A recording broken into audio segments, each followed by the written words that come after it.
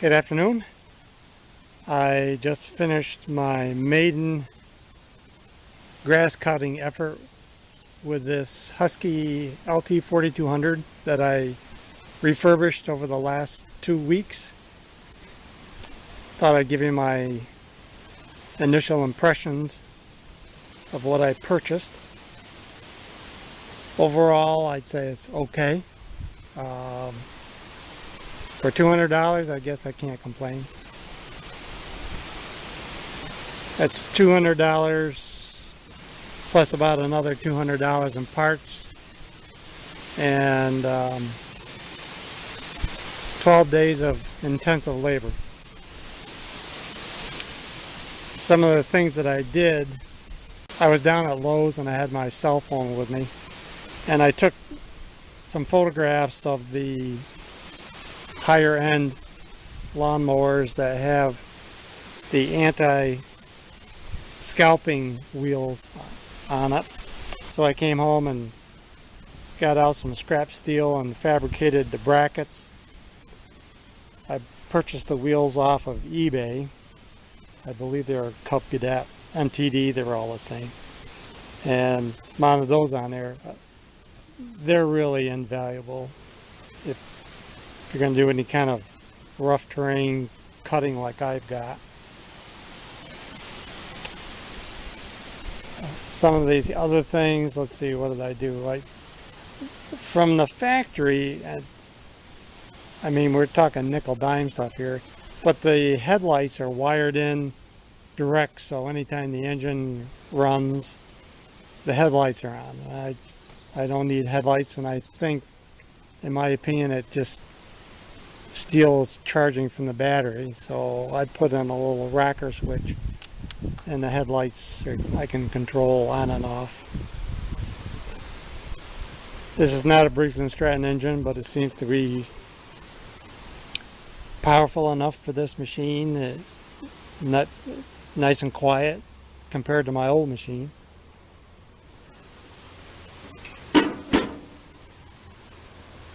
Nice tight turning circle, light steering. Again, I'm comparing it to my old machine. Fuel consumption is about half of what my old machine consumed. And again, there's the anti-scalping wheels. Really got to have them. There's my axle covers. That's another, to me, that's another must-have.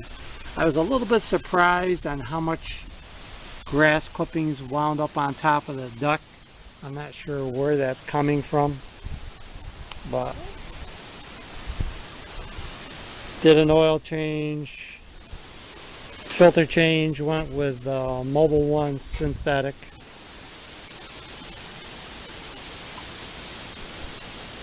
Of course, my seat repair. It has good brakes, good parking brake, good traction. I didn't break the traction, and I've got some relatively steep banks I have to cut. One thing I don't care for too much is the speed selection. This thing here is shift on the go. That's a little finicky, at least for me. I'd like to have nice detents. My old one had individual detents that you selected, and this here is kind of, it works, but maybe it'll just be easier once I get used to it. Starts easily.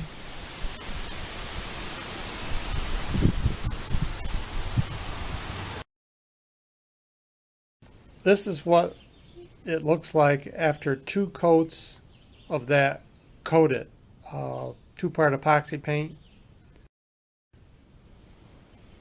I had no issues mixing it, no issues applying it. I just took a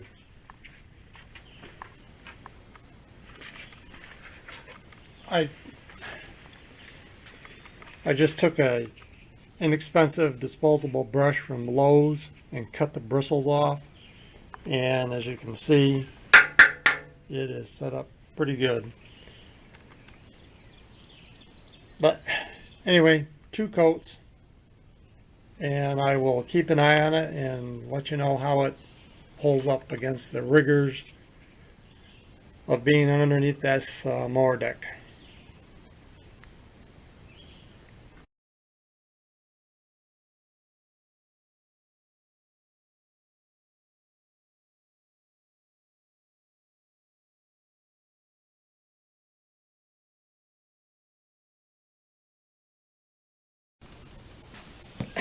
Okay, when I was putting this back together, I'm working on the spindle brakes, and I ran into a problem where when this started to actuate to release the brake over on this one side, the other side didn't do anything at all.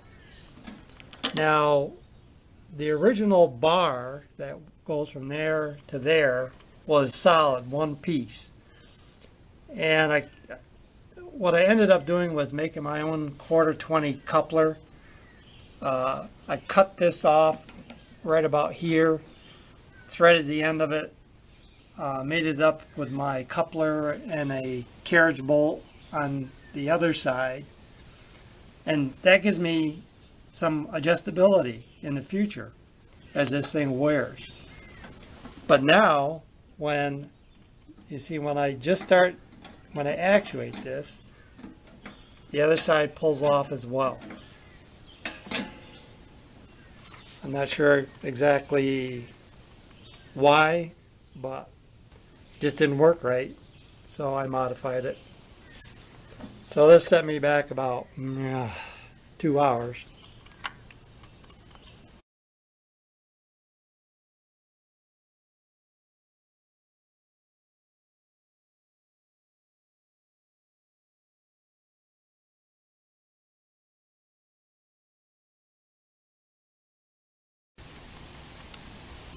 Well, there it is, all assembled.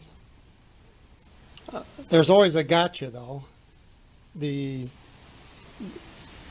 pulley guard on the right, as you're looking at this thing, I had fabricated it out of some scrap sheet metal I had because it was missing. And unfortunately, when I fabricated it, I made it based on the incorrect pulley that was mounted there. So I had to make some modifications to it. But other than that, not looking too bad. Just about ready to slide it up onto the lawnmower. I've done a couple of test runs on this Huskee mower since I got it back together. And I thought I'd show you one thing that I found kind of interesting. I may have to take some of this apart and make some changes. Get my old body down here. Now, this is the left spindle. And if you look back there, you'll see the left spindle brake. I don't know if I can zoom in on that or not. Right there. Come on, focus.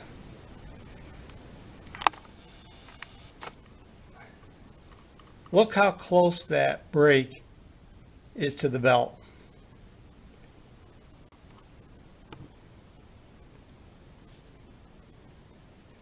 You can see that or not.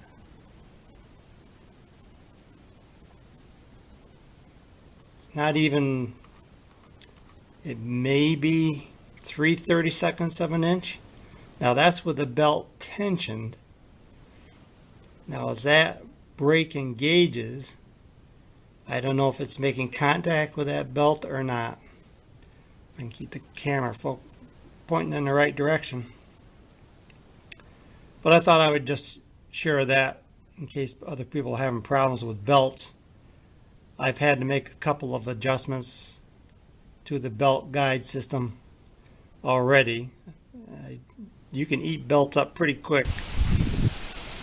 One thing I am going to add to this, and I've already got it on order, is a battery disconnect switch, and I'm going to mount it, I believe, right here.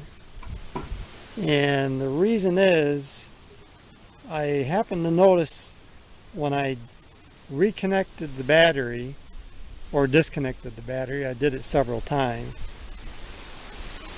I noticed a slight spark, so that even with the key off, so that tells me that something is drawing current all the time.